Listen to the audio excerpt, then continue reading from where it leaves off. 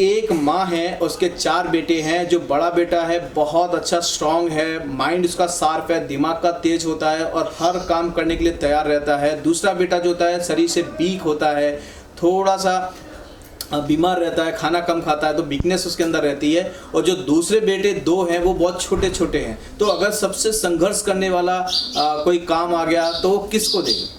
तो बड़े बेटे को देगी। और सभी इसके साथ साथ एग्री होने चाहिए कि बड़े बेटे को देगी। तो सबसे बड़े बेटे को क्यों देगी? क्योंकि माँ को पता है कि ये मेरा बेटा है, स्ट्रांग है और हिम्मत वाला है और माइंड भी उसका अच्छा है, तो उसको ज़्यादा भरोसा किसके ऊपर होगा? बड़े बेटे के ऊपर, राइट है। तो सेम वे ऐसा ही हमारी लाइफ के साथ होता है। जितने भी हमारे पास स्टूडेंट्स होते हैं या हम किसी के साथ जुड़े होते हैं, तो ये जो कुदरत होती है हमारे ऊपर भरोसा करती है ना। तो वैसे ही हमारे स्कूल फैमिली में भी ऐसा होता है कि जो ज़्यादा उसके लायक होता है, ज़्यादा उसके काबिलियत रखता है, ज़्यादा वर्क करता है, ज़्यादा ईमानदारी से वर्क करता है, तो हो सकता है स्कूल आपको काम ज़्यादा देता होगा। इसलिए देता होगा क्योंकि आपको उन पर ट्रस्ट होता है, भरोसा होता है कि ये व्यक्ति अच्छे से काम कर सकता है, मजबूत है, स्ट्रांग है और ज़्यादा दिल से काम करता होगा। दोस्तों, कभी कभार ऐसा होता है कि हो सकता है स्कूल में आपको ज़्यादा वर्क मिलता होगा, है ना। और ज़्यादा वर्क करने से शायद कई लोग ऐसा सोचते होंगे मुझे ही काम क्यों ज़्यादा करवाते हैं, ये स्कूल वाले मुझसे काम क्यों देते हैं। तो ये जो हमारी सोच है, देखिए वो कहते हैं ना कि पाँव की मोच और छोटी सोच इंसान को कभी भी आगे नहीं बढ़ने देती। तो आपकी जो सोच है उसको हमेशा बड़ा कीजिए, हमेशा, और संघर्ष के लिए हमेशा तैयार रहिए। आपके जीवन में जितना बड़ा संघर्ष होगा, जितने आप कठिनाइयों से गुजरेंगे, सफलता उतना ही बड़ी मिलने वाली है। जितनी आप कठिन काम करेंगे आपको सफलता उतनी बड़ी मिलने वाली है। हमेशा संघर्ष करने के लिए तैयार रहिए। आज हम किसी को भी मानते हैं, चाहे अब्दुल कलाम जी को मानते हैं, आज हम राष्ट्रपति मानते हैं। जब उनकी डेथ हुई थी पूरा देश शोक में डूब गया था क्योंकि उनकी रिस्पेक्ट करता था। और जितने भी लोग महान बने हैं दोस्तों, जितने भी लोग हैं उन्होंने बहुत कठिन काम किए। हिंदू धर्म में भगवान को, राम भगवान को बहुत ज़्यादा मानते हैं, लेकिन वो भी भगवान को इसलिए नहीं मानते कि वो राजा थे, इसलिए मानते गुरुकुल में जाते थे तो उनको भीख मांगने जाना पड़ता था, है ना। और उसके बाद जब उनका तिलक होने वाला था तो दूसरे दिन पता लगा कि वनवास हो रहा है, तो भी उन्होंने खुशी खुशी ये इसको एक्सेप्ट कर लिया। तो मेरा कहने का मतलब ये है कि जितने भी लोग हैं, जितने भी महान बनना चाहते हैं, तो अपनी कठिनाइयों से कभी नहीं डरना है, उसे प्यार करना है, लव करना है। क्यों करना है? क्योंकि हमेशा याद रखिए कि कुदरत जो हमें देती है, कुदरत जो भी सक्सेस जो होता है ना, कुदरत तो सक्सेस के ऊपर एक कठिनाइयों की परत लगा देती है। जैसे कि आपने मध कभी देखा होगा, मध जो हम खाते हैं जिसको हनी बोलते हैं इंग्लिश में। हनी खाने में बहुत टेस्टी लगता है, बहुत मज़ा आता है, लेकिन जब वही हनी पेड़ पे लगा होता है तो किसी की हिम्मत नहीं होती है कि इसको तोड़ ले, क्योंकि उसके साथ इतनी मक्खियाँ होती हैं और जब वो काटती हैं तो हालत ख़राब हो जाती है। कई लोगों की सफलता जो है यानी सक्सेस है वो एक परत उसके ऊपर लगा दी है जिसका नाम है कठिनाई, जिसका नाम है संघर्ष। जो लोग संघर्ष देख के भाग जाते हैं, जो लोग डर जाते हैं, वो कभी भी हनी का टेस्ट नहीं कर पाते हैं। जैसे हनी क्या है? सफलता। और मक्खियों को देख के जो डर जाते हैं, उनके डंक से जो डरते हैं, वो कभी भी हनी को टेस्ट नहीं कर पाते। इसीलिए आप हमेशा कठिनाइयों से डरो मत, क्योंकि कठिनाई के अंदर ही सफलता छुपी हुई है। आप हमेशा फोकस करें कि जो कठिनाई आपके सामने आ रही है, जो प्रॉब्लम्स हो रही है, जो भी स्कूल में आप काम कर रहे हैं, मैं प्राइवेट स्कूल के लिए नहीं बोल रहा हूँ खास, आप कहीं भी स्कूल में काम करें तो ये चीज़ ज़रूर रखें कि मुझे पूरी ईमानदारी से काम करना है। और जितना कठिन काम जो कोई ना कर सके उसके लिए आपको हमेशा तैयार रहना है कि जितने आप ज़्यादा कठिन काम करेंगे, जितना संघर्ष करेंगे, जीवन में उतनी बड़ी सफलता आपको हासिल होने वाली है, आपको बहुत मज़ा आने वाला है। इसीलिए हमेशा तैयार रहें। एक छोटी स्टोरी और मैं बताता हूँ जो आपको बहुत अच्छी लगेगी। जैसे कुदरत क्या करती है, हमें सफल बनाने के लिए बहुत सारे मौके देती है, लेकिन हम मौका गंवा देते हैं, है ना। हमें पता नहीं होता है कि सफलता कहाँ छुपी है। तो मैं आपको यहाँ पे बता रहा हूँ कि सफलता संघर्ष में छुपी है, सफलता मेहनत में छुपी है, सफलता हमारे विचारों में छुपी है। जैसे ही हम सोचेंगे वैसा ही हमारे साथ होता है। आपने शायद सीक्रेट का एक बुक बना हुआ है, द सीक्रेट, है ना, रहस्य के नाम से एक बुक मिलता है मार्केट में। बहुत अच्छे लोगों ने मिलकर इसको बनाया है, जिसमें ऐसा कहा गया है जैसा आप जीवन में अपने बारे में सोचते हो वैसा ही आप बन जाते हो। अगर आप डेली केवल 5 मिनट चेयर पे बैठ के आप केवल फील करें, विजुलाइज करें, एक महसूस करें कि मैं दुनिया का सबसे बेस्ट टीचर हूँ, मैं दुनिया का सबसे अच्छा टीचर हूँ, मैं वो व्यक्ति हूँ जो हर एक काम करने के लिए तैयार रहता हूँ। मैं वो व्यक्ति हूँ जो कोई ना कर सके उसको करने के लिए तैयार रहता हूँ। मैं वो इंसान हूँ, मैं वो टीचर हूँ कि मेरे स्कूल में सबसे ज़्यादा मुझ पर ट्रस्ट किया जाता है। केवल आप विजुलाइज कीजिए, मैं हर संघर्ष के लिए तैयार रहता हूँ, ऐसा आप फील कीजिए, महसूस कीजिए, और आप देखेंगे कि धीरे धीरे आप उसी लेवल में आगे बढ़ते जाएंगे। आप हमेशा कठिन से कठिन काम करने के लिए मुस्कुराते हुए कर पाएंगे। ये मैं चैलेंज करता हूँ, ये हकीकत है, मैंने खुद ट्राई किया हुआ है। आप जो चीज़ बनना चाहते हो, जो आप करना चाहते हो अपने जीवन में, विजुलाइज कीजिए जो भी आपका गोल है। देखिए, सफलता हासिल करना और उस पर बने रहना, ये सबसे बड़ी बात है। तो मैं आज आपको यही कहना चाहूँगा कि माँ जैसे स्ट्रॉन्ग बेटे को ही काम देती है, वैसे हो सकता है कि आपके स्कूल में आपके ऊपर ज़्यादा ट्रस्ट किया जाए, है कि नहीं? हो सकता है कि आपके ऊपर ज़्यादा ट्रस्ट करते हो स्कूल वाले, इसलिए आपको काम ज़्यादा देते हैं। आप ये मत समझिएगा कि कोई स्कूल में मैडम हो या प्रिंसिपल हो या फिर कोई डायरेक्टर हो या स्कूल में कोई सीनियर टीचर हो, अगर आपसे ज़्यादा काम करवाते हैं तो आपके माइंड में ये नहीं होना चाहिए। ज़्यादातर लोगों के माइंड में ये, मैं क्या नौकर हूँ, हर काम मुझसे करवाते हैं, उसको तो कोई कुछ बोलता नहीं है, इसको तो कोई बोलता नहीं है। आज ज़्यादातर इसमें फीमेल हैं तो उनको भी यही कहना चाहता हूँ, हो सकता है आपके घर में आपके मम्मी पापा आपको काम ज़्यादा देते होंगे, आपकी सिस्टर को काम नहीं देते होंगे। हो सकता है स्कूल में आपको ज़्यादा काम मिलता होगा, आपकी जो दूसरी टीचर है उसको काम नहीं देते होंगे, और हमारे माइंड में आता होगा कि मैडम ने मुझे ज़्यादा पगार दे रखी है या मुझसे ज़्यादा क्यों काम करवाते। देखिए, ये पगार दे रखी है या आपको नौकर नहीं समझते हैं, एक्चुअली वो लोग आपको इसके काबिल समझते हैं, यानी कि आपके ऊपर ज़्यादा ट्रस्ट कर सकते हैं कि ये टीचर मेरा अच्छे से काम कर सकती है, यानी कि आप भरोसेमंद हो, आप नौकर नहीं हो। अगर आपके पापा मम्मी पापा ज़्यादा काम आपको देते हैं तो उसका मतलब ये है क्योंकि आपके ऊपर ट्रस्ट उनको बहुत ज़्यादा है, इसीलिए ये काम आपको दिया जाता है। इसीलिए अगर आपको ऐसा कुछ काम मिल रहा है तो उत्साह से कीजिए, मुस्कुराहट के साथ कीजिए, स्माइल दे के काम कीजिए, उत्साह के साथ काम कीजिए, आपको काम करने का बहुत मजा आएगा। एग्जाम्पल के लिए, अगर मान लीजिए यहाँ पे कोई अगर मैरिड कोई लेडी है, टीचर है, तो उन स्कूल को भी कहना चाहता हूँ, हो सकता है कि आपके हस्बैंड का ऐसा वर्क हो कि आपके घर में ज़्यादा गेस्ट आते होंगे, ज़्यादा मेहमान आते होंगे, है ना, और आप किचन में गए, चाय बना के लाए, फिर दूसरा कोई मेहमान आ गया, फिर किचन में घुसे, फिर से कोई दूसरा मेहमान आ गया, फिर से किचन में फिर से कोई मेहमान आ गया, और आप यार अभी तो मैंने चाय बना के निकली हूँ उस किचन से और फिर से टपक गया, है ना। ऐसे जो थॉट्स होते हैं ना, हमें दलदल में डाल देता, हमें आगे बढ़ने नहीं देते। देखिए, आपको जाना तो पड़ेगा, क्योंकि अगर हस्बैंड का ऐसा काम है कि मेहमान गेस्ट आते हैं तो आप रो के मत बनाइए। अगर रो के बनाएंगे, आप कितना भी अच्छा दूध डालेंगे, कितनी भी चीनी अच्छी डालेंगे, कितना भी मसाले डालेंगे, चाय का टेस्ट अच्छा नहीं आएगा। अगर आप ये समझ के डालोगे कि इसको इतनी बढ़िया वाली चाय पिलाती हूँ कि जीवन में मुझे याद रखेगा कि किसी के हाथ की चाय पी है, तो आप इसमें अगर दूध भी कम डालेंगे ना तो भी चाय का टेस्ट आएगा। हमेशा दिल से काम कीजिए कोई भी जब कर रहे हैं, और यही चीज़ आपके प्रोफेशन में भी आती है कि आप जब दिल से बच्चों को पढ़ाने की कोशिश करेंगे, यस मैं आज इस बच्चे को ऐसा पढ़ाती हूँ जो मुझे याद करे। देखिए, ऐसा होता है कि बच्चों के अंदर आपको ऐसी जगह बनानी है कि जहाँ पे बच्चे आपको याद करें। बच्चों को इंतजार होना चाहिए, हाँ वो मैडम आएगी, उनका जब नंबर आएगा मुझे पढ़ाने का तो मैं बहुत खुश होऊंगा, बहुत है, वो आपका वेट करना चाहिए, है ना। ऐसा कुछ हमें करना है कि बच्चे आपसे डरना भी नहीं चाहिए, बच्चे आपकी रिस्पेक्ट करना चाहिए। दो चीज़ ध्यान रखिएगा कि जो लोग आपसे डरते हैं, डराना भी नहीं है ना। जो बच्चे डरते हैं वो जब तक आप रहोगे तब तक वो ठीक तरह से बैठेंगे, पढ़ेंगे, लेकिन जैसे आप निकलोगे वो मस्ती में आ जाएंगे। इसलिए कोशिश ये कीजिए कि बच्चे आपसे डरे नहीं, बच्चे आपको रिस्पेक्ट करनी चाहिए, है ना। बच्चों ना आपको रिस्पेक्ट करना चाहिए। एक बहुत बड़ी प्रॉब्लम्स हमारे स्कूल में आती है, इसके ऊपर मैं चर्चा करना चाहूँगा। वो ये है, आपने देखा होगा कि अगर बच्चों को आप मारते हो तो तुरंत कंप्लेंट आ जाती है। बच्चों को अगर आपने मार दिया, झापड़ मार दिया, कुछ भी कर दिया, तुरंत कंप्लेंट आ जाती है। सूरत सिटी से हूँ मैं। सूरत सिटी में एक केस बना था, आई थिंक 5-6 महीना लॉकडाउन से ठीक पहले। एक टीचर ने 10वीं क्लास के बच्चे को एक स्लैप कर दिया था, एक झापड़ मार दिया था, लेकिन उसकी वजह से उसकी पूरी फैमिली दूसरे दिन आती है, 7-8 लोग मिलते हैं और टीचर्स को स्कूल के अंदर से खींचते हैं और रोड पे आके एक आवारा जो गुंडा होता है, आवारा जो व्यक्ति होता है, जो मवाली होता है, उसको पीटना चालू किया, उसको मारना चालू किया। इसके खिलाफ मैंने एक वीडियो भी बनाया था। ये गलत है।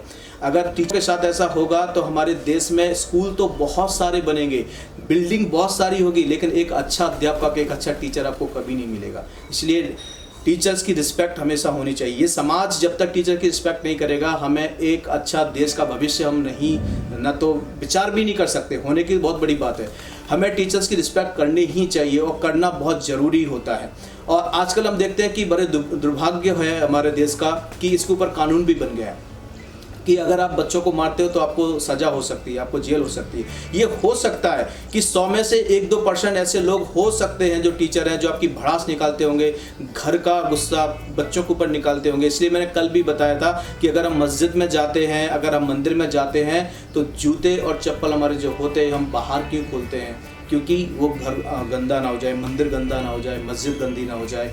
वैसे ही हमारे जो विचार होते हैं, आप जब स्कूल में जाते हो तो स्कूल भी एक टेम्पल है, एक मंदिर है, एक मस्जिद है, वो ज्ञान का मंदिर है। ये मैं बोलता हूँ कि वो मंदिरों से, उस मस्जिद से भी ज़्यादा रिस्पेक्ट स्कूल की होनी चाहिए, क्योंकि यहाँ से बच्चों का फ्यूचर बनता है। हमने भगवान देखा है कि नहीं पता नहीं, ईश्वर देखा है कि नहीं पता नहीं है, हमने अल्लाह को देखा है पता नहीं, लेकिन हमने ये ज़रूर देखा है कि स्कूल के अंदर बच्चा पढ़ के ज़रूर कलेक्टर बन सकता है, स्कूल से ही बच्चा कोई जज बन सकता है, स्कूल से, ये ज़रूर हम आंखों के सामने देख रहे हैं। तो मुझे लगता है कि ये स्कूल भी एक मंदिर और मस्जिद से ज़्यादा इसकी वैल्यू होनी चाहिए। तो मैं आपसे रिक्वेस्ट बार बार कर रहा हूँ और आज भी मैं करना चाहता हूँ कि जब भी आप स्कूल में जाते हैं तो एक पवित्र मन लेके जाइए, एक आपके माइंड को एकदम सिंपल लेके जाइए। जो भी आपके स्ट्रक्चर हैं, जो माइंड में प्रॉब्लम्स हैं, जो भी प्रॉब्लम्स हैं, उसको बाहर छोड़ के जाइए। जब आप इंटर करोगे तो एकदम पवित्र, जैसे स्नान करके जाते हैं ना, एकदम आपको माइंड फ्रेश होना चाहिए। फिर देखना आपको पढ़ाने का बहुत मजा आएगा। इसलिए मैं आपको बार बार कहता हूँ कि बच्चों के साथ में लगाव कीजिए, जो उनको डराइए मत। एक हम गलती और करते हैं जो आप सभी टीचर्स के लिए बहुत बड़ी ज़रूरी है, बहुत बड़ी बात मैं बोलने जा रहा हूँ कि आजकल हम देखते हैं कि बच्चे अगर कंप्लेन कर देते हैं तो पेरेंट्स आके सीधा गाली गलौज करने लगते हैं, टीचर्स के खिलाफ उल्टा सीधा बोलने लगते हैं। और कई ये गलतियाँ भी होती हैं। मैं जब भी पेरेंटिंग लेता हूँ तो मैं टीचर्स के ही बारे में ज़्यादा बोलता हूँ कि उनकी रिस्पेक्ट करें। कई पेरेंट्स ऐसे होते हैं कि बच्चों के सामने, मान लो कि किसी बच्चे ने जाके वहाँ पे अगर समझो कंप्लेन कर दी कि मेरे टीचर ने मुझे मारा, मुझे ऐसा बोला वैसा बोला, तो कई पेरेंट्स गलतियाँ क्या करते हैं कि वो बच्चे के सामने बोलते हैं, अच्छा टीचर की ये मत, कल बताती हूँ मैं जाके, उसको कल देखती हूँ, है ना। तो ये सबसे बड़ी गलती हमारे पेरेंट्स कर रहे हैं, क्योंकि बच्चे के माइंड से वो डर निकल जाता है, फिर बच्चा कैसे पढ़ेगा। और मैं सबसे पूछना चाहता हूँ, मैं हमेशा क्वेश्चन करता हूँ पेरेंट्स से कि आपके घर पे जो 2-4 बच्चे होते हैं, केवल 2-4 बच्चे होते हैं, क्या आपको पता नहीं चलता कि महीने में 1-2 बार बच्चों को स्लैप करना पड़ता होगा, डांटना पड़ता होगा, गुस्से से एक दिन खाना भी नहीं देते होंगे। तो जब आप 2-4 बच्चों को संभाल नहीं पाते हो तो टीचर के जो क्लास होती है उसमें 100 बच्चों को वो कैसे हैंडल करेगा? वो मार नहीं सकता है, डांट नहीं सकता है, कुछ बोल नहीं सकता, हाउ, तो वो कैसे मैनेज करेगा अपने क्लास को? ये चीज़ें सोचना बहुत ज़रूरी है। तो मैं यही कहना चाहता हूँ आप लोगों से कि अब ये जो बड़ी गलती है कि बच्चा एक्चुअली वो नहीं चाहता है कि आपकी जो रिस्पेक्ट है कम हो, लेकिन हम कई गलतियां कर लेते हैं। देखिए आज जो टीचर वर्कशॉप है, इसके लिए मैं खासकर ऐसी बात करूंगा जहां आपकी गलतियां होती हैं, और जब भी मैं मोटिवेशन सेमिनार लेता हूं पेरेंट्स का, तो वहां पे उनकी गलतियां बताता हूं। तो हम गलतियां क्या करते हैं, 99% जो केसेस होते हैं उसमें जब बच्चों को आप डांट देते हैं, बच्चों को मार देते हैं, और जब मार देते हैं तो 99 केस ऐसे होते हैं कि बच्चा जरूर मम्मी को बताएगा, जरूर पापा को बताएगा, उसके बाद प्रॉब्लम्स होती हैं, फिर वो कंप्लेन करते हैं। कई पेरेंट्स समझदार होते हैं जो बच्चों को डांट देते हैं, नहीं वो टीचर हैं, आपको डांटेंगे नहीं तो पढ़ाएंगे कैसे, ये उनका अधिकार है। कई समझदार भी पेरेंट्स होते हैं, ऐसा नहीं होता है। लेकिन ज़्यादा पेरेंट्स जो होते हैं वो बच्चों के सपोर्ट में या तो किसी भाव में आके बोल देते हैं, अच्छा टीचर ने ऐसा किया, कल मैं देखती हूँ उसको। तो ये क्या हो रहा है कि बच्चे के माइंड में टीचर की वैल्यू कम हो जाती है, माँ बाप की वैल्यू ज़्यादा हो जाती है। कुछ सालों पहले आप सभी को पता होगा, जब हम गांव में पढ़ाई करते थे और शायद मुझे लगता है पेड़ के नीचे बैठ के पढ़ाई करते थे, तभी अगर माँ बाप की बात बच्चा नहीं मानता था या घर में कोई उल्टी सीधी हरकत करता था तो माँ बाप जो है ना धमकी देते थे, टीचर को बोलो क्या जाके, तो बच्चा डर जाता था, कांपता था, टीचर को बताओ कि नहीं मुझे ऐसा नहीं करना है। तो अब ये उल्टा हो रहा है। तो ये कहीं ना कहीं समाज की जो विचारधारा है वो गलत हो रही है, क्योंकि टीचर्स की अगर रिस्पेक्ट कम होगी तो बहुत डेंजरस होगा, बहुत खतरनाक होगा। तो मैं आपसे एक बहुत अच्छी टेक्निक बताने वाला हूँ कि हो सकता है कि आपको बच्चे को मारना पड़े, कभी ऐसा हो सकता है, चाहे वो कितने भी कानून बन जाएं, फिर भी ऐसा होता है कि बच्चों को डांटना पड़े, और कभी कभी गुस्से में आके आपको स्लैप भी कर देते हो। तो ये कोई बड़ी बात नहीं है। हम गलती कहाँ पे करते हैं कि बच्चों को मार देते हैं, उसमें कोई बड़ी बात नहीं है। लेकिन जब बच्चों को मारने के बाद जब आपको गुस्सा आता है, बच्चा नहीं मानता है, बार बार मस्ती करता है, तो आपको मार तो देते हैं, फिर हम क्या करते हैं, बच्चों को मार के आपका क्लास पूरा हो गया, आप चले जाते, छोड़ देते, बच्चे को उसी हाल पे छोड़ देते। तो ये सबसे बड़ी गलती आप करते हैं।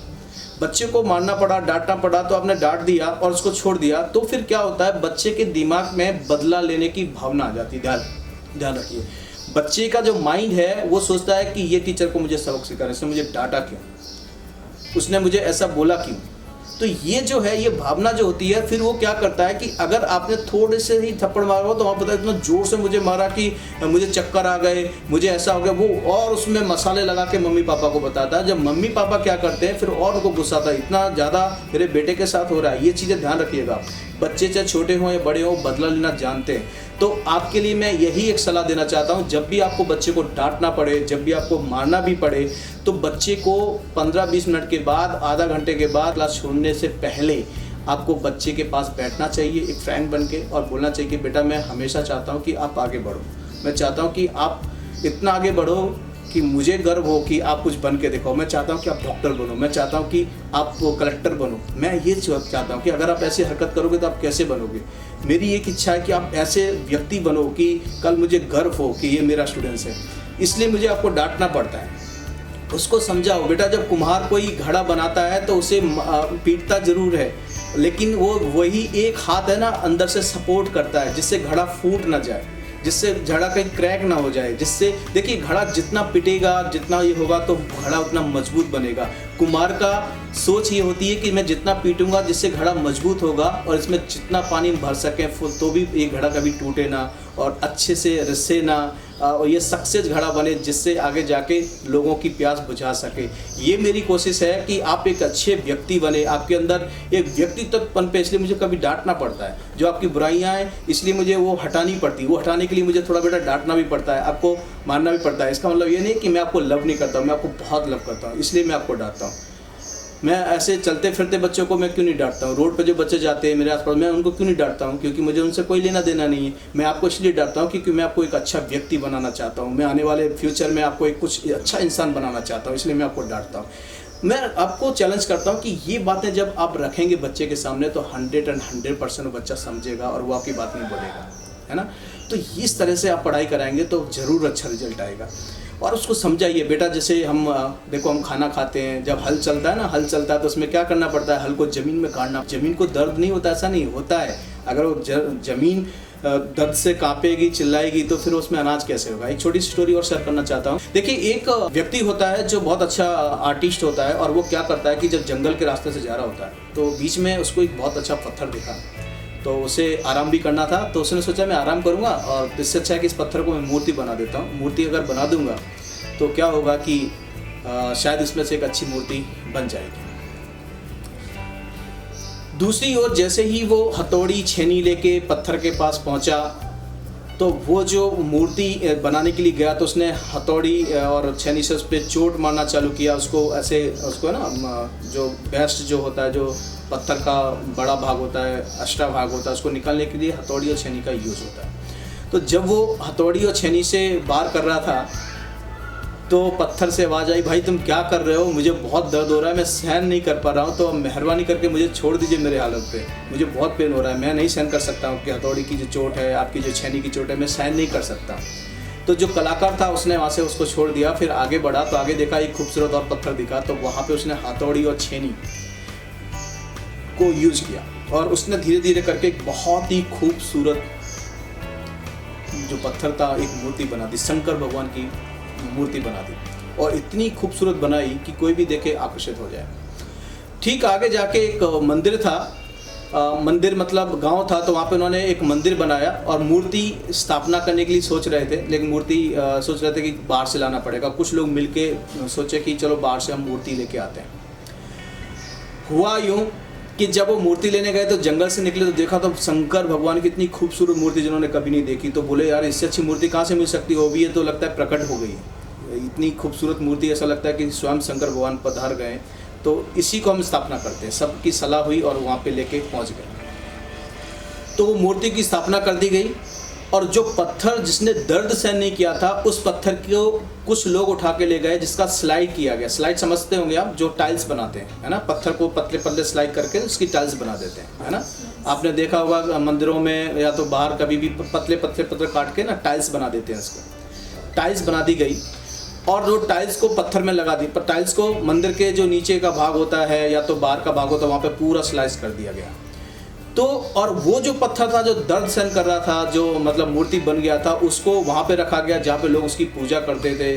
वो जो पत्थर स्लाइस काटा गया था, जो पत्थर जिसके ऊपर चलते थे, तो वो भगवान को, ईश्वर को, ऊपर वाले को, खुदा को कहे, खुदा को कंप्लेंट कर रहा था, आपने मेरे साथ क्यों भेदभाव किया कि मुझे ऐसी जगह रख दिया गया जहाँ पे लोग आके रौंदते हैं, अपने पैरों तले रौंद देते हैं, और उसी का जिसका मैं बना हूँ उसी का वो मूर्ति बनाई है शंकर भगवान की, और उसको पूजा करते हैं। ये भेदभाव मेरे जीवन में क्यों किया?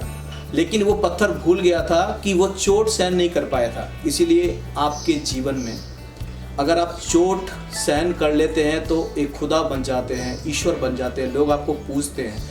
और अगर आप चोट सहन नहीं कर पाते तो आपको कहीं ना कहीं रौंदा जाएगा, ये दुनिया आपको रौंदेगी, आपको पैरों तले रौंदेगी। इसलिए आपका जीवन का जो मूल्यवान समय उसे समझिए और अच्छे कार्य में अभी से लग जाइए। इसलिए एक कहावत है ना कि एक पत्थर कंकर कंकर हो गया और एक पत्थर शंकर शंकर हो गया। पत्थर वही था, एक पत्थर ऐसा था जिसका शंकर भगवान की मूर्ति बन गई, एक पत्थर जो दर्द सहन नहीं कर पाया वो पैरों तले रौंदा जाएगा। इसलिए अपने जीवन में कुछ बड़ा बनिए, कुछ ऐसा कीजिए कि लोग आपको याद करें। आप पढ़ाते हैं, सभी लोग पढ़ाते हैं, लाखों करोड़ों की संख्या में हमारे टीचर्स हैं, लेकिन आप दिल से पढ़ाइए और ऐसी इमेज बनाइए कि आप अगर वहाँ से छोड़ते तो बच्चों के आंखों में आंसू आने चाहिए, बच्चे जिद करने चाहिए मुझे यही टीचर चाहिए। यही सफलता का सबसे बड़ा रहस्य है।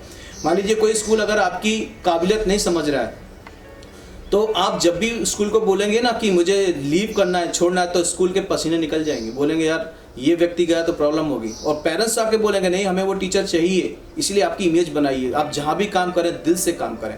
और देखिए कई लोग ऐसे होते हैं कि स्कूलों को बदलते रहते हैं। आज हमने स्कूल में जॉब किया, कल दूसरे स्कूल में जॉब किया, कल तीसरे स्कूल में जॉब किया, ऐसे ढूंढते रहते हैं। 1 साल हमने इसमें किया, 2 साल इसमें किया। देखिए सबसे बड़ी चीज़ क्या है कि आपकी एक इमेज अपने अंदर एक ऐसी बनाइए कि आप जिस स्कूल में जाओ, जहाँ पे भी जाओ, वहाँ की रंगत बदल दो, वहाँ का पूरा सब कुछ बदल दो। आप उसके हिसाब से मत बदलो, आप बदल दो। और आप तभी बदल पाओगे जब सच्चे होगे, मेहनती होगे, दिल से काम करने वाले होगे। जब आप दिल से काम करेंगे ना तो चाहे वो कितना भी बड़ा प्रिंसिपल हो, चाहे कितना भी बड़ा डायरेक्टर हो, चाहे कोई भी हो, वो आपकी बात सुनेगा।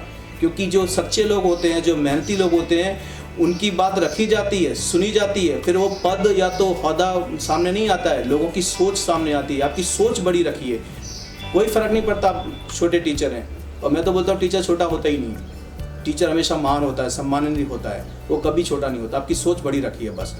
फिर आपको कोई डांटेगा नहीं, कोई इसे नहीं करेगा। बस ये मत सोचिए कि ये काम वो कर ले, ये काम वो कर ले। हमेशा कोशिश कीजिए कि ज़्यादा से ज़्यादा काम आप अपने ऊपर लीजिए, आपके ऊपर लोड लीजिए। ये मत बोलिए कि ये काम मुझसे करवा लो, ये काम मुझसे करो। आप कोशिश करो कि खुद काम करें, खुद दिखाएं लोगों को कि मैं काम कर सकता हूँ। तो जब आपके ऊपर ज़्यादा ट्रस्ट होगा तो अभी समझो कि जो आपके प्रिंसिपल हैं या तो डायरेक्टर हैं, उनको छोड़ दीजिए, फ्री कर दीजिए कि सर बच्चों को एडमिशन कराना हमारी जिम्मेदारी, हम एडमिशन करवाएंगे। आप तो सोचो कि दूसरी स्कूल कैसे बनानी है। और जब आप ऐसी सोच रखेंगे तो वो जो प्रिंसिपल है ना, आपको ही मौका देगा कि आप प्रिंसिपल बनो, आप डायरेक्टर बनो, आप डायरेक्ट करो स्कूल को, है ना। तो ये सोच लेके चलोगे ना तो 100% आपको तरक्की मिलेगी, 100% आप सक्सेस पर्सन बनेंगे। और अगर आपको वो नहीं समझता है तो आपका नुकसान नहीं है। अगर कोई स्कूल समझ लो, आप सोच रहे हो कि स्कूल तो हमारी मेहनत को कभी मतलब ये नहीं करता है, देखता ही नहीं है, हमारी मेहनत को नज़रअंदाज करता है, तो इसमें आपका नुकसान नहीं। नुकसान किसका है? सामने वाले का। आप अगर जॉब छोड़ोगे तो सामने वाले का नुकसान। आप अगर ईमानदार लोग हैं तो आपको तो कोई भी स्कूल एक्सेप्ट कर लेगा, थोड़ा सैलरी भी ज़्यादा देगा। इसलिए मैं ये चाहता हूँ कि आप दिल से काम करो, जिसके साथ काम करो, लेकिन काम एक ही जगह करो, ये ध्यान रखिए। पहले कोशिश करो कि काम एक ही जगह करो। देखिए एक छोटा सा एग्जाम्पल देना चाहता हूँ कि अभी भी गांव में जो पानी पीते हैं बहुत लोग ऐसे, तो वो क्या करते हैं, कुआं खोदते हैं, है ना। कुआं समझते होंगे, बावड़ी भी बोलते हैं कई भाषा में, कुआं भी बोलते हैं। कुआं मीन्स जहाँ से पानी खोद के निकाला जाता है ज़मीन से। मान लीजिए कि अगर आपको पानी पीना हो और आप क्या करेंगे, गांव में कुआं खोदने की कोशिश करेंगे। जब कुआं खोदेंगे तो कई लोग क्या करेंगे, बताएंगे अरे सर यहाँ पे कुआं मत खोदीजिए, यहाँ पे तो पानी खारा निकलेगा, पानी अच्छा नहीं है। तो आप क्या करोगे, दूसरी जगह कुआं खोदोगे। वहाँ पे दूसरे लोग आ जाएंगे, वो अपनी सलाह देंगे, अरे यहाँ कुआं क्यों खोद रहे हो भाई, यहाँ पे कुआं क्यों खोद रहे हो। यहाँ पे कुआं खोदोगे ना तो यहाँ पे पत्थर बहुत निकलने वाले हैं, ज़मीन में पत्थर आएंगे, तो आप दूसरी जगह कुआं खोदेंगे, तो वहाँ पे कुछ और लोग बता देंगे, फिर आप दूसरी जगह खोदेंगे। ऐसे खोदते खोदते गांव की सारी ज़मीन भी खोद दोगे तो भी आप पानी नहीं पी पाओगे। पानी अगर आपको पीना है तो खड्डा एक ही जगह करना पड़ेगा। उतना गहरा खड्डा करना है कि जब तक पानी ना निकले तब तक वहाँ से हटो मत, तो ही आपको पानी को पीने को मिलेगा। दोस्तों, स्कूल बदलने से कुछ नहीं होगा, आपकी विचारधारा बदलिए, आपकी सोच बदलिए, है ना। और कितनी भी मेहनत करनी पड़े, कितना भी संघर्ष करना पड़े, आपको संघर्ष से नहीं भागना है। Hello everyone, I am Nazia Aftab from Siwan, Bihar. I work as a vice principal in Pride International School. Recently, I got a chance to attend a session with Mukesh Rathod sir. After attending that session, I must say that I am lucky that I got that chance. Mukesh sir influenced us and motivated us a lot, and thanks to Mukesh sir for your precious advice and your suggestions. I hope you will give us your precious time again when we need it. A special thanks to my principal Musaddika Arif who arranged this session for us. Hello, peace be upon you and Allah's blessing. I am Ibtisham Parveen from Siwan, Bihar. I am a teacher of Pride International School and Play School. Firstly, I want to thank to our school management, Muhammad Arif sir and Musaddika ma'am, for providing us that kind of motivational training by Mr. Mukesh Rathod sir. Thanks for recharging our batteries. जैसे कि अभी मेरे घर का inverter of हो गया था क्योंकि बैटरी लो हो गई थी, और लाइट आते ही इन्वर्टर चार्ज होना शुरू हो गया। उसी तरह हमारी लाइफ में भी इसी तरह जब भी हम डिस्चार्ज होते हैं, थोड़े लो होने लगते हैं, कोई ना कोई मोटिवेशन ही, कोई ना कोई इंसान आके हमें मोटिवेट करता है और हमें चार्ज करता है। उसी तरह आपने भी आज हमारे साथ ट्रेनिंग करके हम सारे टीचर्स को ट्रेन किया है और चार्ज किया है, हमारी बैटरीज को चार्ज की है। Learn so many things from you sir, thanks a lot. जैसे कि हम अपने मोस्ट इम्पॉर्टेंट चीज़ कि हम अपने बच्चों को कैसे मोटिवेट कर सकते हैं। क्लास में थोड़ा थोड़ा टाइम लेके हमेशा हमें अपने बच्चों को मोटिवेट करते रहना चाहिए, और बच्चों को मोटिवेट करने से पहले हमें खुद को मोटिवेट करना बहुत बहुत बहुत ज़रूरी है। और अपना एक गोल होना चाहिए, अपना मोटिवेशन होना चाहिए कि हम कैसे खुद को मोटिवेट रखें हमेशा, और अपने बच्चों को भी अपनी तरह मोटिवेट करते रहें। और भी बहुत सारी चीज़ें सीखने को मिली, जैसे कैसे हम अपने बच्चों को डांटने के बाद भी उन्हें प्यार से समझा के उनके दिल में जो भी हमारे लिए गुस्सा है उसे बाहर निकाल सकते हैं। और अपने बच्चों के दिल में हमें अपने लिए गुस्सा और डर पैदा नहीं करना चाहिए, हमेशा रिस्पेक्ट पैदा करना चाहिए कि वो जब भी हमसे मिले प्यार से मिले, रिस्पेक्ट से मिले। अगर वो क्लास में शांत बैठे हैं तो सिर्फ और सिर्फ हमारे रिस्पेक्ट से, ना कि डर से। लास्ट लाइन जो मैंने आपके सेशन से सीखा है, मान लो तो हारे और ठान लो तो जीत। तो आज से हमें मानना नहीं है बल्कि ठानना है कि हमें अपने फ्यूचर को और अपने बच्चों को बच्चे के फ्यूचर को ब्राइट बनाना है और उन्हें सक्सेस तक ले जाना है, अपने स्कूल को भी। Thanks a lot sir. Hello sir, मैं Nazia Hasan, Urdu teacher Pride International School Siwan Bihar. मैं शुक्रिया करती हूँ प्रिंसिपल मैम को कि उनके ज़रिए आप जैसे होनहार मोटिवेशनल से मिलना हुआ। आपसे बहुत ही अच्छी अच्छी बातें जानने और सीखने को मिली हम लोगों को। ऐसी भी बातें जानने को मिली जो हम लोग नहीं जानते थे, और ये भी जानने को मिला कि एक अच्छा टीचर कैसा होना चाहिए जिससे बच्चों की ज़िंदगी अच्छी बने और संवर सके। आपसे मिलके बेइंतहा खुशी हुई, बहुत अच्छी अच्छी बातें सीखने को मिली। गुड मॉर्निंग सर, मैं सिराज आलम, प्राइड इंटरनेशनल स्कूल। सर, मैं आपके लिए एक लाइन कहना चाहता हूँ कि नवा पैरा हो ए बुलबुल के हो तेरे तरन्नुम से, नवा पैरा हो ए बुलबुल के हो तेरे तरन्नुम से, कबूतर के तने नाजुक में शाही का जिगर पैदा। सर, आपने 3 दिन के अंदर वो बातें बताई जो हमें ज़िंदगी में शायद पहली बार मैसर हुई हैं। सर, मैं इसके लिए आपका बहुत बहुत शुक्रिया अदा करता हूँ, और साथ ही मैं अपने प्रिंसिपल मैम मुसद्दिका आरिफ का भी शुक्रिया अदा करते हैं कि उन्होंने ये सुनहरा मौका हम तमाम टीचर्स को अता फरमाया। सर, आपने बहुत चीज़ों के साथ साथ हमें ये भी बताया कि स्टूडेंट को कैसे हैंडल करना है और पेरेंट्स के साथ कैसे बातें करनी है और स्कूल को कैसे आगे की तरफ लेकर के जाना है। इन तमाम चीज़ों को लेकर के आपकी जो बातें थी, उन तमाम बातों को हम तमाम टीचर्स ने अपने दिल के अंदर बैठा लिया है और हम यही कोशिश करेंगे कि अपने स्कूल को आगे बढ़ाएंगे और जहाँ तक मुमकिन हो सकेगा अपनी मेहनत करेंगे और इस मेहनत के नतीजे में हम अपने स्कूल को आगे ले करके जा सकते हैं। सर, लास्ट में हम यही कहेंगे कि नाज करता है ज़माना, नाज को भी नाज है, नाज करता है ज़माना, नाज को भी नाज है, आप बुलंदी पे रहो, दिल से यही आवाज़ है। Thank you sir. इसके लिए हमने एक शुरुआत की है कि हम लोग एक पैकेज लॉन्च कर रहे हैं जिसमें स्कूल, चाहे कहीं भी स्कूल हो, गुजरात में हो, आउट ऑफ स्टेट में हो, पूरे हिंदुस्तान में कहीं भी स्कूल हमें हायर कर सकता है। हम लोग छोटी सी फीस लेके आपको पूरा पैकेज देते हैं जिसमें 10 मोटिवेशनल सेमिनार केवल टीचर के लिए होते हैं और उसमें कम से कम 4 मोटिवेशनल सेमिनार स्टूडेंट्स के लिए होते हैं जो एग्जाम से ठीक पहले हम करेंगे, जिससे वो अपना पूरा कंसंट्रेशन पढ़ाई पे कैसे लगा सके। और कम से कम 3 से 4 मोटिवेशनल सेमिनार पेरेंट्स के लिए होंगे, यार पेरेंटिंग करेंगे। ये प्रोग्राम हम लोग करते हैं स्कूल के लिए। इसके साथ साथ में हम जाहिर में पब्लिक में जाके 10 से 15 प्रोग्राम करते हैं जिससे स्कूल को एक नई प्रगति मिलती है, स्कूल की कनेक्टिविटी बनती है। ये पूरा पैकेज इतना सस्ता है कि आप सोच भी नहीं सकते हैं। अगर आप इस तरह का कोई पैकेज चाहते हैं जिसमें मोटिवेशन सेमिनार हो, टीचर के लिए स्पेशल हो, पेरेंट्स के लिए हो, स्टूडेंट्स के लिए हो, साथ साथ में पब्लिक में जाके 10 से 15 सेमिनार अलग अलग हों, जैसे कि स्पोर्ट्स का कुछ हमने प्रोग्राम करवाया, सेल्फ डिफेंस का प्रोग्राम कराया, बच्चों को गुड टच बैड टच की नॉलेज दी अलग अलग जाके स्कूल के बैनर के नीचे। तो मुझे लगता है कि स्कूल जल्दी से जल्दी प्रगति पे हो जाएगा। अगर आप चाहते हैं कि आपके स्कूल में ये सर्विस मिले तो आज ही फोन उठाएं, मेरा नंबर फ्लैश कर रहा है, इस पर कॉल करें और आज ही कांटेक्ट करें। अगर आप मेरे चैनल पे पहली बार जुड़े हैं तो ये चैनल को सब्सक्राइब कर लें और ज़्यादा से ज़्यादा शेयर करें।